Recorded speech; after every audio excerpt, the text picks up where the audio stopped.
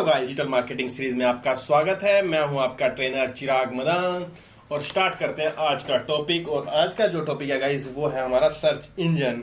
तो गाइस मैंने जैसे स्लाइड पे कुछ सर्च इंजन के नाम लिखे हुए हैं जो आपने बेसिक अगर बात करो तो गूगल का नाम आपने जरूर सुना गया, यूज भी किया होगा। हो सकता है उसके अलावा जो सर्च इंजन है जो लिखे हैं मैंने, जैसे याहू है, ask.com है, MSN है, Bing है, अबाउट है, ये हो सकता है कि आपने ना सुने हो, लेकिन गूगल का नाम जरूर आपने सुना होगा। तो गाइस आज जो हम टॉपिक करने वाले हैं वो बेसिकली है सर्च इंजन के बारे में।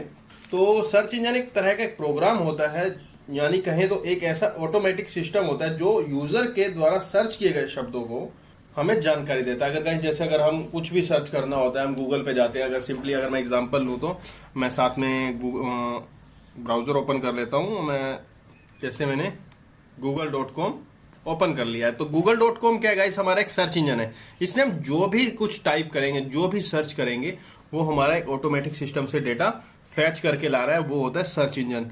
तो जैसे मैंने आपको स्लाइड में दिखाया, मैंने काफी सारे नाम लिखे हुए थे स्लाइड में। तो गाइस जैसे मैंने आपको स्लाइड में दिखाया तो काफी सारे नाम लिखे हुए थे सर्च इंजन की, जैसे google.com, yahoo.com, MSN, ask, about।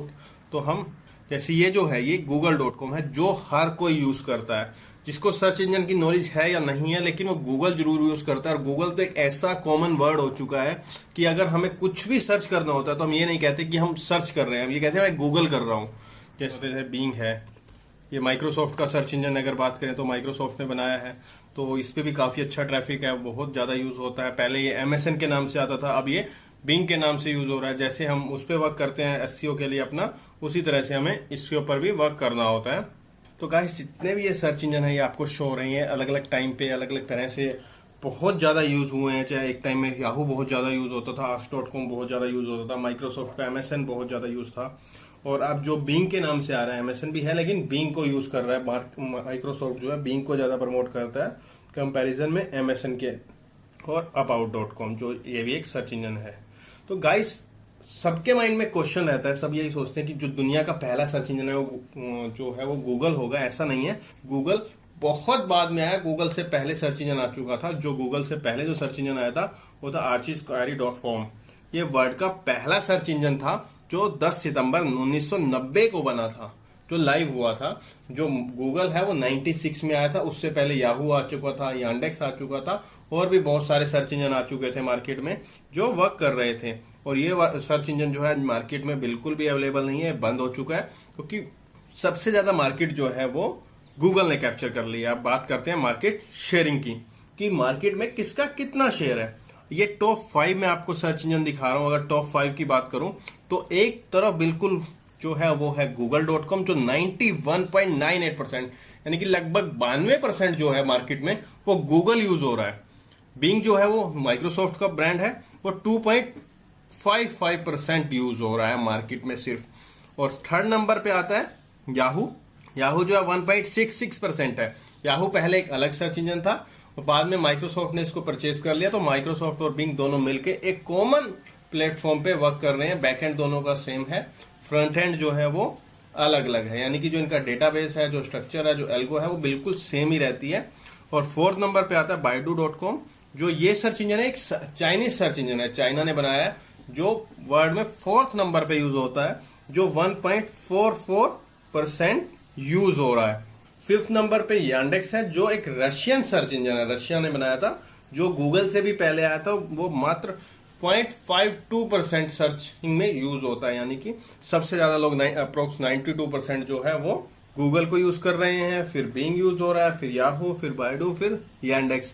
यानी कि ओवरऑल अगर बात करें तो 8.02% वर्ल्ड के सारे सर्च इंजन यूज होते हैं और 91.98% गूगल यूज हो रहा है, क्योंकि गूगल ने अपनी ब्रांड वैल्यू, अपनी ऑथेंटिसिटी, अपने रिजल्ट पे इतना काम किया है कि वर्ल्ड वाइड गूगल ही सबसे ज्यादा सर्च इंजन पे काम कर रहा है। आज के टाइम में जो सबसे ज्यादा यूज हो रहा है सर्च इंजन वो google.com है, जो बहुत ज्यादा अच्छे रिजल्ट देता है और बहुत ज्यादा यूज होता है।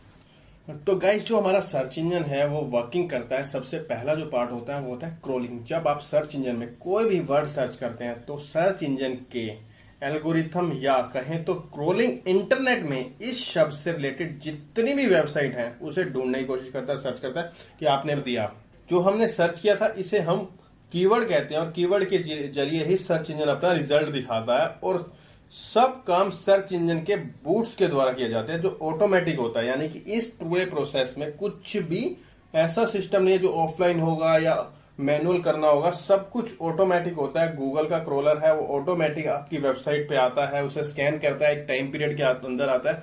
जो गूगल का क्रोलर आता है जो उसका टाइम पीरियड होता है वो आपकी वेबसाइट की क्वालिटी के ऊपर डिपेंड करता है कि आपका कंटेंट यूनिक है, आपके साइट की क्वालिटी कैसे। अगर बात की जाए तो जैसे इसी स्लाइड के अंदर मैंने आपको दिखाया गया है, इंटरनेट है, इंटरनेट से क्रोलर आया, यूआरएल पे गया, साइट पे गया, अलग अलग तरह से, अलग अलग स्टेप से होता हुआ हमें सर्च इंजन का हमें उसने रिजल्ट दिया। जो क्रोलर आता है जब भी हमारी साइट पे, वो वेबसाइट में मौजूदा वेब पेज के टाइटल टैग, जो ऑन पेज का पार्ट है, मेटा ऑन पेज का पार्ट है, डिस्क्रिप्शन है, टैग्स हैं, इमेजेस हैं, वीडियो हैं, जो पूरी साइट को स्कैन करता है, जो हमारा ऑन पेज का पार्ट होता है। जो हम अगर बात करें तो ऑन पेज में सबसे ज्यादा ही हमारा सबसे पहले ऑन पेज एसईओ किया जाता है, ऑन पेज से ही हम सर्च इंजन में ज्यादा अच्छा रिजल्ट लेके आते हैं। तो यानी कि जितना भी हमारा ऑन पेज का पार्ट होता है उस सारे को जो गूगल का क्रोलर है वो स्कैन करके अपने साथ ले जाता है और उस डेटा को हमें फैच करके देता है।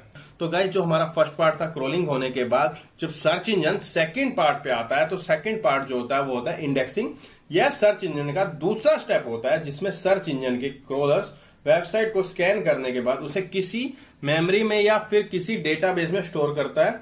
किसी भी वेबसाइट को स्कैन करके उस वेबसाइट के सारे डेटाबेस को सेव करना आवश्यक होता है। यानी कि जब तक हम अपना जो गूगल है या याहू है या बिंग है, कोई भी सर्च इंजन है, जब उसे वो स्कैन करके गया है और वो अपने डेटाबेस में सेव करना बहुत जरूरी होता है। जब तक वो डेटाबेस में सेव नहीं करेगा तो हमें वो रिजल्ट नहीं दे सकता, क्योंकि जब तक वो डेटाबेस में सेव नहीं होगा हम कुछ भी सर्च करते रहे। अगर वो डेटाबेस में सेव है तो स्मार्टो सिस्टम प्राइवेट लिमिटेड सर्च किया, वो आ गया। अगर डेटाबेस में सेव नहीं होगा तो वो डेटा यूज नहीं हो सकता, उसका रिजल्ट नहीं आ सकता। गूगल के जो क्रोलर हैं वो लाखों करोड़ों की संख्या में वेब पेज को स्कैन करते हैं। यानी कि जो गूगल का क्रोलर है वो ये नहीं है कि एक दिन में एक ही साइट को, जितनी भी ऑल ओवर द वर्ल्ड है, जितनी भी वेब मास्टर सबमिट है, सभी को वो स्कैन करता है और अपने डेटाबेस में स्टोर करता है। गूगल इंफॉर्मेशन का एक तरह का बात की जाए तो समुद्र है, यहाँ बहुत सारी इंफॉर्मेशन सेव है गाइस, कि गूगल के अंदर आप कुछ भी सर्च कर लो आपको सब मिल जाता है। यानी कि गूगल एक तरह का समुंदर है जिसके डेटाबेस में इतना डेटा है कि आप कुछ भी सर्च करते हैं तो आपका सब कुछ मिल जाता है। गूगल के पास विश्व का सबसे बड़ा डेटाबेस है दुनिया में, कि हर तरह की वेबसाइट गूगल के डेटाबेस में, हर तरह कंटेंट गूगल के डेटाबेस में आपको अवेलेबल है। आप कुछ भी सर्च करो, आप कोई फिल्म सर्च करते हैं, हम कोई सॉन्ग सर्च करते हैं, हम कोई आज से 50 साल 100 साल पहले की भी चीज सर्च करते हैं तो गूगल उससे रिलेटेड भी हमें कंटेंट दे देता है, क्योंकि गूगल के पास हर चीज का डेटाबेस में सेव है। तो गाइस जो हमारा थर्ड पार्ट है वो है रैंकिंग। रैंकिंग सर्च इंजन का आखिरी पार्ट है और बहुत ही इंपॉर्टेंट स्टेप होता है। सर्च इंजन क्रोलर के द्वारा की गई वेबसाइट का जो डेटा को वेबसाइट के ऊपर दिखाता है। यानी कि जो क्रोलिंग हुई, क्रोलिंग से सारा डेटाबेस में डाटा सेव हुआ और वो इंडेक्स हुआ। इंडेक्स होने के बाद जो डेटा था वो रैंकिंग के through first second third step पे दिखाना शुरू हुआ। यानी कि अगर एक सिंपल सा मैं एग्जांपल दूं, एक रेस थी, रेस में 10 लोग दौड़े, तो जो दौड़ रहे थे जो फर्स्ट सेकंड थर्ड है, जो यानी कि अगर सर्च इंजन की लैंग्वेज में बात करें जो यूनिक कंटेंट है, वो जो अच्छा कंटेंट है, जिनकी वेबसाइट अच्छी बनी हुई है, तो गूगल जो उनको सबसे ऊपर दिखा रहा है वो है रैंकिंग।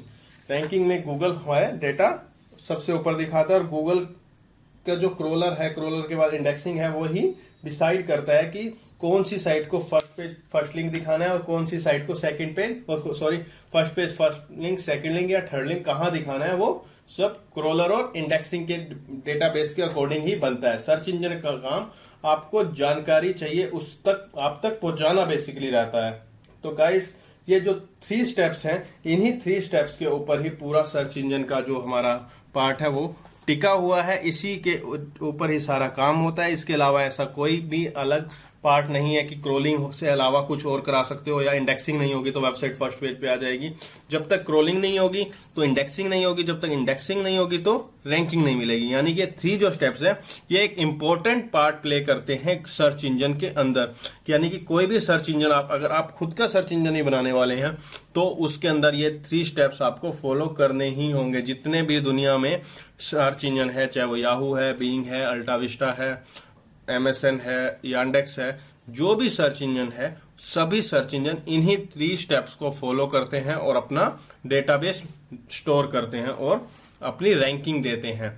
तो guys, I hope search engine के बारे में दी हुई जो भी मैंने आपको जानकारी दिया है वो आपको क्लियर हो गई होगी और आई होप आपको सब कुछ समझ आ गया होगा। तो गाइस, मैं आपसे एक बार फिर वही बात दोहराऊंगा कि प्लीज मेरे जो टॉपिक हैं वो आप 1 बाय 1 कीजिए। प्लीज कोई भी टॉपिक बीच में मिस मत कीजिएगा, क्योंकि अगर कोई भी टॉपिक आप मिस कर देते हैं या वीडियो काट काट के देखते हैं, सेशन को काट काट के देख रहे हैं, तो आपको सेशन क्लियर नहीं होगा और आने वाला जो टॉपिक है वो भी क्लियर नहीं होगा। तो गाइस, प्लीज सारा सेशन कंप्लीट देखिए और जो भी आप कर रहे हैं, जो भी आप देख रहे हैं, उसको समझिए और उसका प्रैक्टिकल जरूर कीजिए। जो भी मैंने आपको प्रैक्टिकल कराया या थ्योरेटिकल कराया उस पर रिसर्च भी जरूर कीजिए। बिना रिसर्च के आप डिजिटल मार्केटिंग में नहीं टिक सकते, क्योंकि बहुत जो डिजिटल मार्केटिंग है वो डे बाय डे चेंज हो जाती है। जो मैं आपको पढ़ा रहा हूँ, हो सकता है कि 7-8 दिन क्या कल ही वो कुछ नई अपडेट आ जाए गूगल की, क्योंकि गूगल का जो क्रोलर है वो बहुत जल्दी अपडेट होता है। गूगल की जो एल्गो है बहुत जल्दी अपडेट होती है। वो आज जो आप डिजिटल मार्केटिंग कर रहे हैं वो हो सकता है कि आपकी 2 दिन के बाद ना चले, आपको फिर उस पर रिसर्च करनी पड़े। इसीलिए डिजिटल मार्केटिंग के अंदर जो भी आप सीख रहे हैं उसका प्रैक्टिकल जरूर कीजिए, उसके बारे में पढ़िए और रिसर्च तो जरूर कीजिए। जब तक आप ये 3 स्टेप्स फॉलो नहीं करेंगे, आप डिजिटल मार्केटिंग में एक्सपर्ट नहीं हो पाएंगे और इसमें सक्सेसफुल करियर नहीं बना पाएंगे। तो guys, okay, thank you very much for this session.